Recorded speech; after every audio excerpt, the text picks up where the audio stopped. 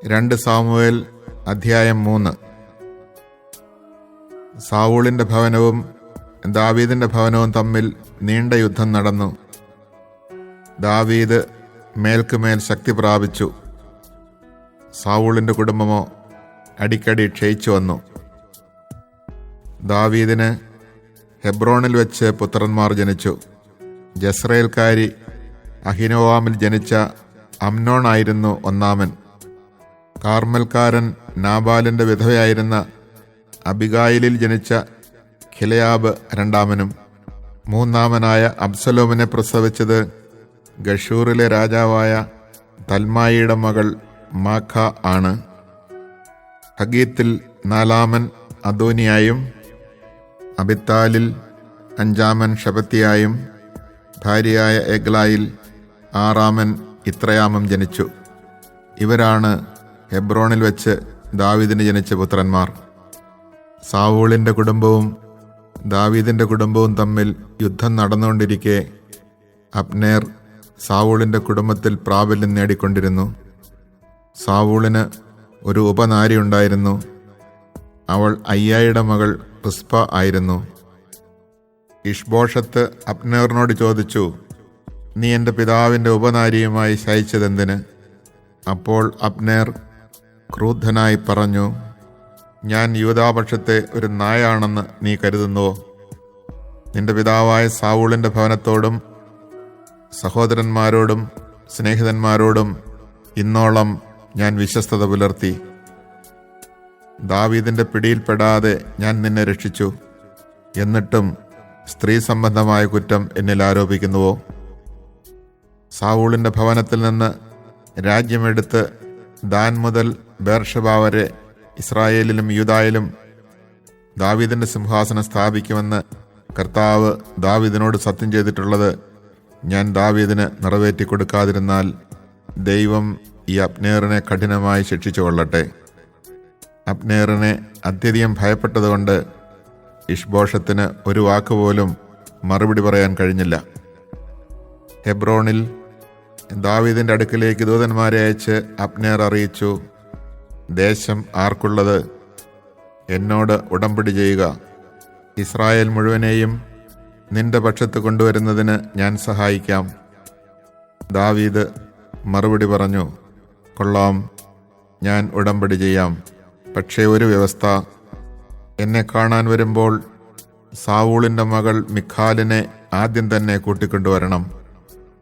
അനന്തരം ദാവീദ് സാവൂളിന്റെ മകൻ ഇഷ്ബോഷത്തിനോട് ദൂതന്മാരെ അയച്ചു പറഞ്ഞു, എൻ്റെ ഭാര്യ മിഖാലിനെ തിരിച്ചു തരിക. 100 ഫിലിസ്ത്യരുടെ അഗ്രചർമ്മം കൊടുത്താണ് ഞാൻ അവളെ പരിഗ്രഹിച്ചത്. ഇഷ്ബോഷത്ത് ആളയച്ച് ലായിഷിന്റെ മകനും മിഖാലിന്റെ ഭർത്താവുമായ ഫൽത്തിയേലിന്റെ അടുക്കൽ നിന്ന് അവളെ മടക്കി വരുത്തി. അവളുടെ ഭർത്താവ് കരഞ്ഞുകൊണ്ട് ബഹുറീം വരെ പിന്നാലെ ചെന്നു. അബ്നേർ അവനോട് മടങ്ങിപ്പോകൂ എന്ന് പറഞ്ഞു. അവൻ മടങ്ങിപ്പോയി. അബ്നേർ ഇസ്രായേൽ ശ്രേഷ്ഠന്മാരോട് സംസാരിച്ചു, ദാവീദിനെ രാജാവായി കിട്ടാൻ നിങ്ങൾ ആഗ്രഹിച്ചിരുന്നോ? അപ്പോൾ ഇതാ, അങ്ങനെ ചെയ്യുവിൻ. എൻ്റെ ദാസനായ ദാവീദിന്റെ കരം കൊണ്ട് എൻ്റെ ജനമായ ഇസ്രായേലിനെ ഫിലിസ്ത്യരുടെയും മറ്റു ശത്രുക്കളുടെയും കയ്യിൽ നിന്ന് രക്ഷിക്കും എന്ന് കർത്താവ് ദാവീദിനോട് വാഗ്ദാനം ചെയ്തിട്ടുണ്ടല്ലോ. അബ്നേർ ബെഞ്ചമിൻ ഗോത്രക്കാരോട് സംസാരിച്ചു. ഇസ്രായേൽ ഗോത്രക്കാരുടെയും ബെഞ്ചമിൻ ഗോത്രത്തിൻ്റെയും സമ്മതം ദാവീദിനെ അറിയിക്കാൻ അബ്നേർ ഹെബ്രോണിലേക്ക് പോയി. 20 ആളുകളുമായി അബ്നേർ ഹെബ്രോണിൽ ദാവീദിന്റെ അടുക്കലെത്തി. അവർക്ക് വേണ്ടി ദാവീദ് ഒരു വിരുന്നൊരുക്കി. അബ്നേർ ദാവീദിനോട് പറഞ്ഞു, ഞാൻ ചെന്ന് ഇസ്രായേൽ മുഴുവനെയും എൻ്റെ യജമാനനായ രാജാവിൻ്റെ അടുക്കൽ കൂട്ടിക്കൊണ്ടുവരാം. അവർ അങ്ങയോട് ഒരു ഉടമ്പടി ചെയ്യട്ടെ. അങ്ങ് ആഗ്രഹിക്കുന്നത് പോലെ എല്ലാവരുടെയും മേൽ രാജാവായി വാഴുകയും ചെയ്യാം. ദാവീദ് അബ്നേറിനെ പറഞ്ഞയച്ചു. അവൻ സമാധാനത്തോടെ പോയി. അപ്പോൾ തന്നെ ദാവീദിന്റെ ദാസന്മാർ യോവാബിനോടൊപ്പം ഒരു കവർച്ച കഴിഞ്ഞ് കൊള്ളവസ്തുക്കളുമായി മടങ്ങിയെത്തി. അപ്പോൾ അബ്നേർ ഹെബ്രോണിൽ ദാവീദിനോടുകൂടെ ഉണ്ടായിരുന്നില്ല. എന്തെന്നാൽ ദാവീദ് അവനെ മടക്കി അയക്കുകയും അവൻ സമാധാനത്തോടെ പോവുകയും ചെയ്തിരുന്നു. നേറിന്റെ മകൻ അബ്നേർ രാജാവിൻ്റെ അടുക്കൽ വന്നു. രാജാവ് അവനെ സമാധാനത്തോടെ മടക്കി അയച്ചു എന്ന് സൈന്യസമേതം മടങ്ങി വന്ന യോവാബ് അറിഞ്ഞു. യോവാബ് രാജാവിനോട് ചോദിച്ചു, അങ്ങീ ചെയ്തതെന്ത്? അബ്നേർ അങ്ങയുടെ അടുക്കൽ വന്നിരുന്നല്ലോ, അങ്ങ് അവനെ വെറുതെ വിട്ടതെന്തുകൊണ്ട്? അങ്ങയുടെ വ്യാപാരങ്ങൾ ഒറ്റുനോക്കി അങ്ങയെ വഞ്ചിക്കാനാണ് നേറിൻ്റെ മകൻ അബ്നേർ വന്നതെന്ന് അങ്ങ് അറിയുന്നില്ലേ? ദാവീദിന്റെ സന്നിധിയിൽ നിന്ന് പുറത്തു വന്ന യോവാബ് അബ്നേറിന്റെ പിന്നാലെ ദൂതന്മാരെ അയച്ചു. അവർ അവനെ സീറായുടെ കിണറ്റിനരികിൽ നിന്ന് തിരികെ കൊണ്ടുവന്നു. ദാവീദ് ഇതറിഞ്ഞില്ല.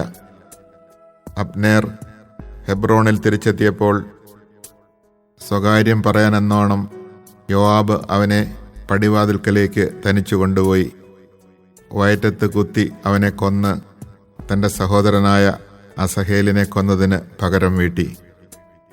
ഈ വിവരമറിഞ്ഞ് ദാവീദ് പറഞ്ഞു, നേറിൻ്റെ മകൻ അബ്നേറിൻ്റെ രക്തം സംബന്ധിച്ച് എനിക്കും എൻ്റെ രാജ്യത്തിനും കർത്താവിൻ്റെ മുമ്പാകെ കുറ്റമില്ല.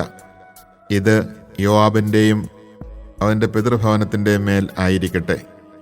യോവാബിൻ്റെ ഭവനത്തിൽ രക്തസ്രാവക്കാരനോ കുഷ്ഠരോഗിയോ ഊന്നുവടിയില്ലാതെ നടക്കാൻ പറ്റാത്തവനോ വാളിനിരയാകുന്നവനോ പട്ടിണി കിടക്കുന്നവനോ വിട്ടൊഴിയാതിരിക്കട്ടെ. തങ്ങളുടെ സഹോദരനായ അസഹേലിനെ അബ്നേർ ഗെബയോനിലെ യുദ്ധത്തിൽ വെച്ച് കൊന്നതുകൊണ്ട് യോവാബും സഹോദരൻ അബിഷായിലും അവനെ കൊന്നുകളഞ്ഞു. ദാവീദ് യോവാബിനോടും കൂടെ ഉണ്ടായിരുന്നവരോടും കൽപ്പിച്ചു, നിങ്ങൾ വസ്ത്രം കീറി ചാക്കെടുത്ത് അബ്നേറിനെ കുറിച്ച് വിലപിക്കുവിൻ. ദാവീദ് ശവമഞ്ചത്തെ പിന്തുടർന്നു. അബ്നേറിനെ ഹെബ്രോണിൽ സംസ്കരിച്ചു. രാജാവ് കല്ലറക്കരികെ നിന്ന് ഉച്ചത്തിൽ കരഞ്ഞു. സകല ജനവും വിലപിച്ചു. അബ്നേറിനെ പ്രതി രാജാവ് ഇങ്ങനെ വിലപിച്ചു, ഭോഷനെ പോലെ അല്ലയോ അബ്നേറിന് മരിക്കേണ്ടി വന്നത്? നിന്റെ കരങ്ങൾ ബന്ധിച്ചിരുന്നില്ല, നിന്റെ പാദങ്ങൾ കെട്ടിയിരുന്നില്ല. ദുഷ്ടരാൽ കൊല്ലപ്പെടുന്നവനെ പോലെയാണല്ലോ നീ കൊല്ലപ്പെട്ടത്. അവനെ ചൊല്ലി ജനം പിന്നെയും കരഞ്ഞു.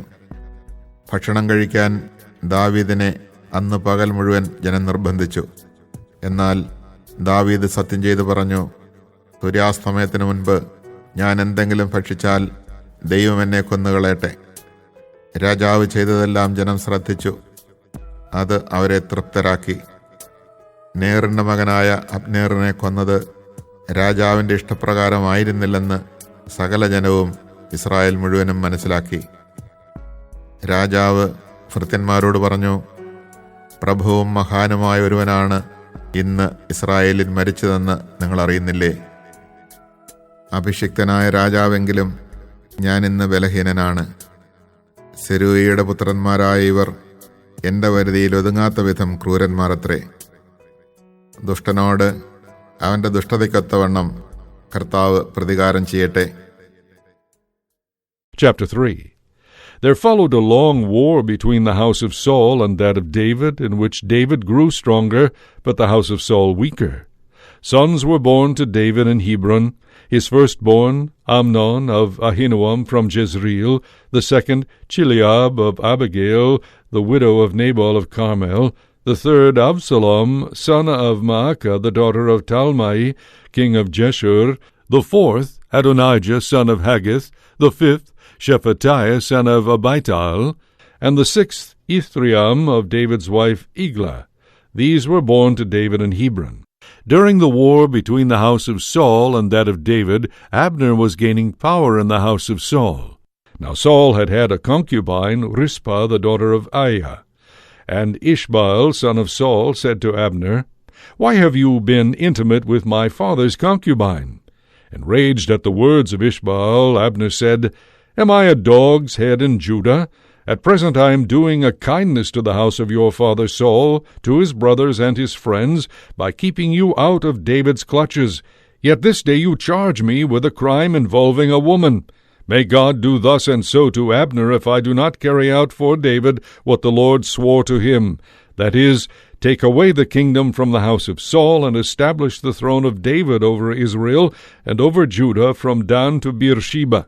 In his fear of Abner, Ishbaal was no longer able to say a word to him. Then Abner sent messengers to David in Telam, where he was at the moment, to say, "Make an agreement with me, and I will aid you by bringing all Israel over to you." He replied, "Very well, I will make an agreement with you, but one thing I require of you. You must not appear before me unless you bring back Michal, Saul's daughter, when you come to present yourself to me." At the same time David sent messengers to Ishbaal, son of Saul, to say, "Give me my wife Michal, whom I espoused by paying 100 Philistine foreskins." Ishbaal sent for her, and took her away from her husband Paltiel, son of Laish, who followed her weeping as far as Bahurim. But Abner said to him, "Go back," and he turned back. Abner then said in discussion with the elders of Israel, "For a long time you have been seeking David as your king. Now take action, for the Lord has said of David, 'By my servant David I will save my people Israel from the grasp of the Philistines and from the grasp of all their enemies.'" Abner also spoke personally to Benjamin, and then went to make his own report to David in Hebron concerning all that would be agreeable to Israel and to the whole house of Benjamin. When Abner, accompanied by 20 men, came to David in Hebron, David prepared a feast for Abner and for the men who were with him. Then Abner said to David, "I will now go to assemble all Israel for my lord the king, that they may make an agreement with you. You will then be king over all whom you wish to rule." So David bade Abner farewell, and he went away in peace. Just then David's servants and Joab were coming in from an expedition, bringing much plunder with them. Abner, having been dismissed by David, was no longer with him in Hebron, but had gone his way in peace. When Joab and the whole force he had with him arrived, he was informed, "Abner, son of Ner, came to David. He has been sent on his way in peace." So Joab went to the king and said, "What have you done? Abner came to you. Why did you let him go peacefully on his way? Are you not aware that Abner came to deceive you and to learn the ins and outs of all that you are doing?" Joab then left David, and without David's knowledge sent messengers after Abner, who brought him back from the cistern of Sirah. When Abner returned to Hebron, Joab took him aside within the city gate as though to speak with him privately. There he stabbed him in the abdomen, and he died in revenge for the killing of Joab's brother Asahel. Later David heard of it and said, "Before the Lord I and my kingdom are forever innocent. May the full responsibility for the death of Abner, son of Ner, be laid to Joab and to all his family. May the men of Joab's family never be without one suffering from a discharge, or a leper, or one unmanly, one falling by the sword, or one in need of bread." Joab and his brother Abishai had lain in wait for Abner, because he killed their brother Asahel in battle at Gibeon. Then David said to Joab and to all the people who were with him, "Rend your garments, gird yourselves with sackcloth, and mourn over Abner." King David himself followed the bier. When they had buried Abner in Hebron, the king wept aloud at the grave of Abner, and the people also wept. And the king sang this elegy over Abner: "Would Abner have died like a fool? Your hands were not bound with chains, nor your feet placed in fetters. As men fall before the wicked, you fell." And all the people continued to weep for him. Then they went to console David with food while it was still day. But David swore, "May God do thus and so to me if I eat bread or anything else before sunset." All the people noted this with approval, just as they were pleased with everything that the king did. So on that day all the people and all Israel came to know that the king had no part in the killing of Abner son of Ner. The king then said to his servants, "You must recognize that a great general has fallen today in Israel. Although I am the anointed king, I am weak this day, and these men, the sons of Zeruiah, are too ruthless for me. May the Lord requite the evildoer in accordance with his evil deed."